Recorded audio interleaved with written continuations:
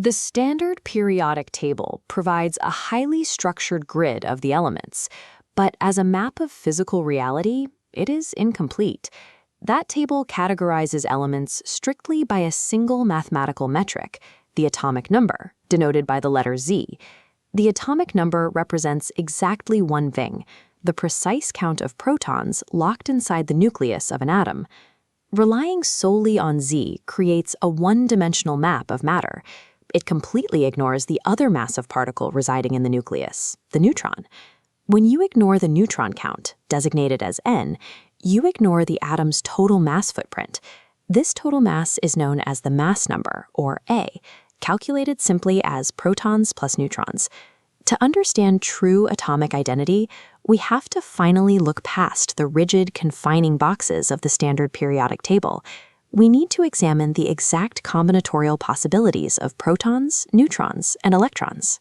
Carbon provides the perfect case study to expose the limitations of relying exclusively on the atomic number.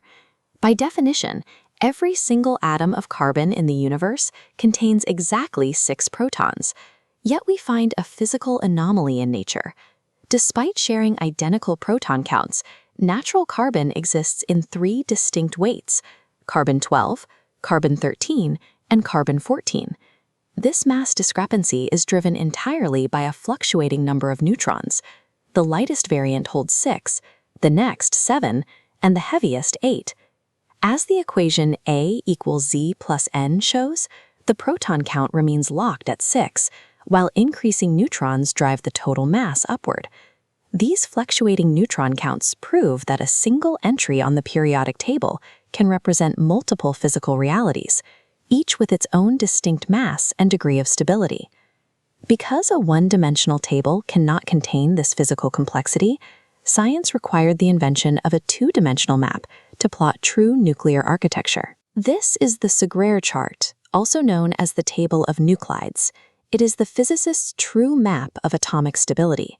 Here, an element's true location is plotted using its specific proton and neutron coordinates. We plot our standard carbon-12 atom at the coordinates 6, 6. Adding the heavier variants, carbon-13 and carbon-14, places them directly above the original point, at 6, 7 and 6, 8. This vertical relationship creates our first category, isotopes. These are atoms with identical protons, but differing neutrons. Isotopes exhibit identical chemical behavior. Because their proton count is locked, they maintain the exact same external electron shell, dictating how they bond with other elements. However, their physical stability diverges sharply.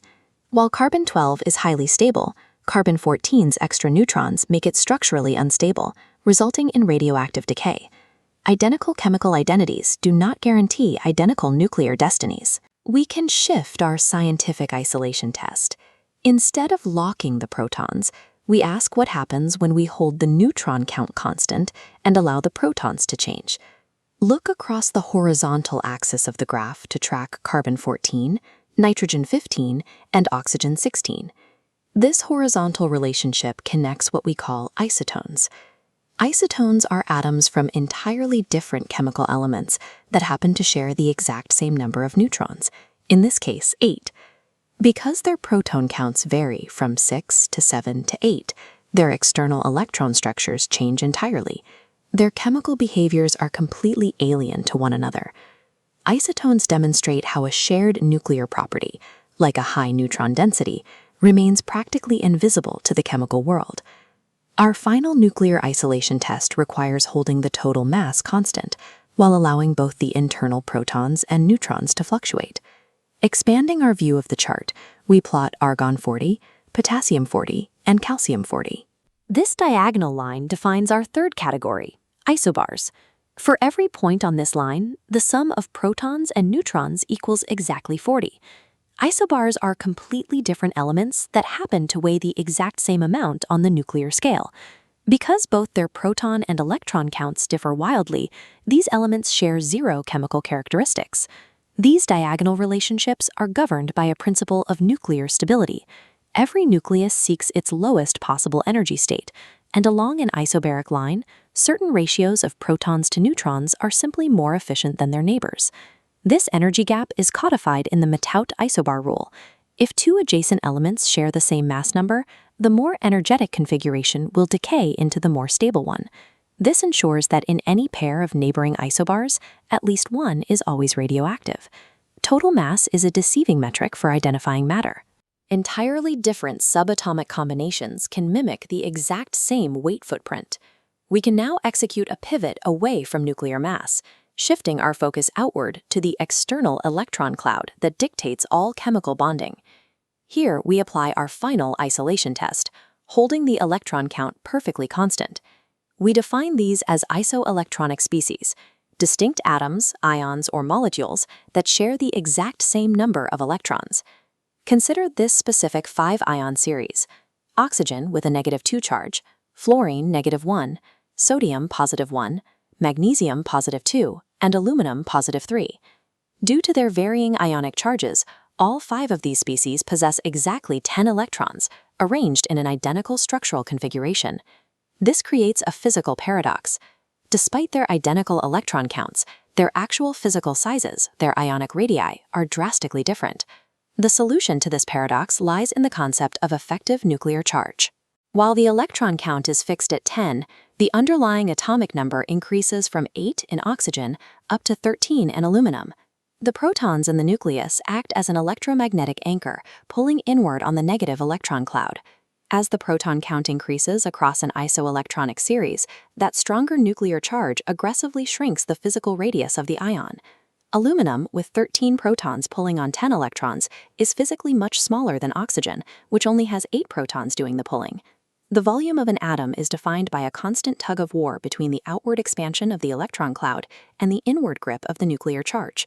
True atomic behavior is an intricate interplay of these subatomic isolation parameters. Holding the proton count constant yields isotopes, giving us identical chemistry with differing stabilities. Holding the total mass constant yields isobars, giving us identical weights with entirely different chemical behaviors. Holding the neutron count constant yields isotones, and holding the electron count constant yields isoelectronic species, where physical size is dictated entirely by the underlying nuclear charge. This 4-part matrix replaces the rote memorization of the periodic table with a predictive engine for physical and chemical behavior. Understanding these subatomic boundaries is how we predict heat management in nuclear reactors using uranium isobars, and how we engineer targeted cancer therapies using specific isotopes of cobalt and iodine. We have to stop viewing matter as a one-dimensional list of chemical elements. To understand the physical universe, you have to visualize the true architecture of protons, neutrons, and electrons. Beneath the chemistry of everyday life lies a strict, rigorous geometry of the nucleus.